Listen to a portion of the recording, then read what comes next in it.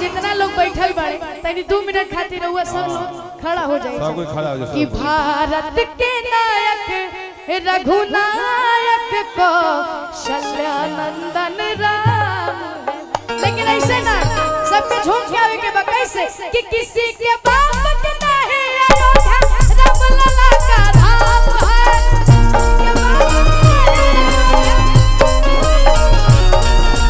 किसी के बाप के नहीं अयोध्या राम लला का धाम है। और दोनों हाथ के उठा के भैया भारत के नायक रघुनायक को शल्यानंदन। भारत के नायक रघुनायक को शल्यानंदन राम। भारत के नायक रघुनायक को शल्यानंदन राम।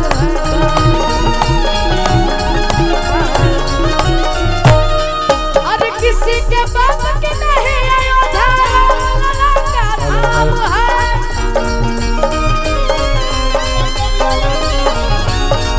अरे किसी के बाप के नहीं अयोध्या लला का धाम। भैया प्रेम से बोले सियापति रामचंद्र की चले पवन सुत हनुमान की आवे के बा कैसे कि भारत के नायक रघुनायक को शल्यानंदन राम है। भारत के नायक रघुनायक को शल्यानंदन राम। भारत के नायक रघुनायक को शल्यानंदन राम। छोटे बाबा बाबा बाबा बाबा बाबा बाबा बाबा छोटे बाबा कि मेरे भारत का बच्चा बच्चा जय हो जय हो। जय जय श्री राम बोलेगा। देखिए आराम से अपना घरे आई बनी जा हम सभी और हमारे जितने भी अच्छा ऑलरेडी कैमरा लगा हुआ था नहीं तो हम बोलने वाले थे कैमरा मैन जल्दी फोकस करो किधर है कि मेरे भारत का बच्चा बच्चा जय जय श्री राम बोलेगा। रोहतास में हम जब भी आई बानी आप सभी के ढेर सारा प्यार मिलल बा और ऐजा लोग श्री राम जी के मैया रानी के बहुत दीवाना बा कि हर घर में अब एक ही नाम कि एक ही नाम तो गूंजेगा। और झूठे कि मेरे भारत का बच्चा बच्चा मेरा बच्चा बच्चा जय जय श्री राम बोलेगा। मेरे भारत का बच्चा बच्चा जय जय श्री राम बोलेगा। हर घर में अब एक ही नाम हर घर में अब एक ही नाम गूंजेगा। प्रेम से बोले सियापति रामचंद्र की। और दोनों हाथों को उठा के उधर से भी ओ मेरे भारत का बच्चा बच्चा मेरे भारत का बच्चा बच्चा जय जय श्री राम बोलेगा। मेरे भारत का बच्चा बच्चा जय जय श्री राम बोलेगा। अच्छा लेकिन बोलो जय श्री राम। मेरे भारत का बच्चा बच्चा जय जय श्री राम। भारत का बच्चा बच्चा जय जय श्री राम बोलेगा।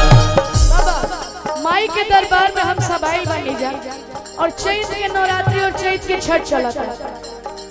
एगो औरत का कहली बाबा का कहली कि भूखम हम नवरात्र जय हो जय हो। रोहतास से कलसा लैने माई के कृपा भइल रहुआ जैसन पति पैने। क्या बात त लइकवा का कहेला कि भूखा जाने 9 दिन गड़बड़ा जाइबू आ सलोनी के मम्मी दुबारा जाइबू। कहे के बा कैसे कि भूखा जाने 9 दिन गड़बड़ा जाइबू सलोनी के मम्मी दुबारा जाइबू।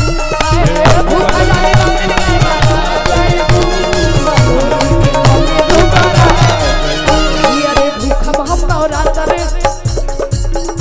ससुराम से कलसा लैने अरे भूखम हम नवरात्र ससुराम से कलसा लैने माई के कृपा कृपा भइल रहुआ जैसन पति पैनी। अच्छा एगो बात बतावा जा, तो हम लोग के बियाह हो गइल कि ना नहीं के भइल तो हम इन गाई भूखम हम नवरात्र सासाराम सकल सा लैनी माई के कृपा भइल रहुआ जैसन पिय भूपैनी।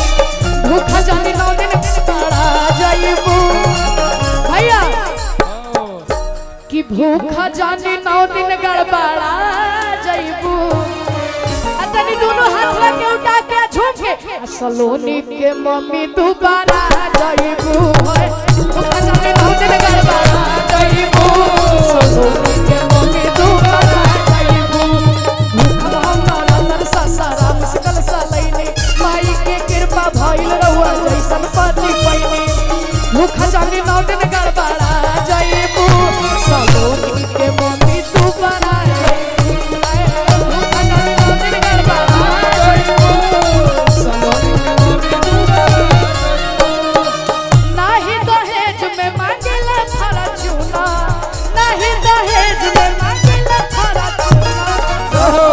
हुनर में हरारू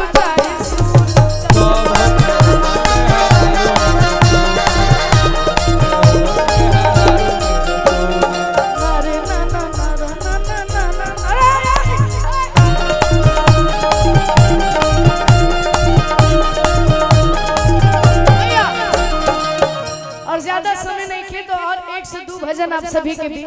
अरे अम्मा लगवला पिया हो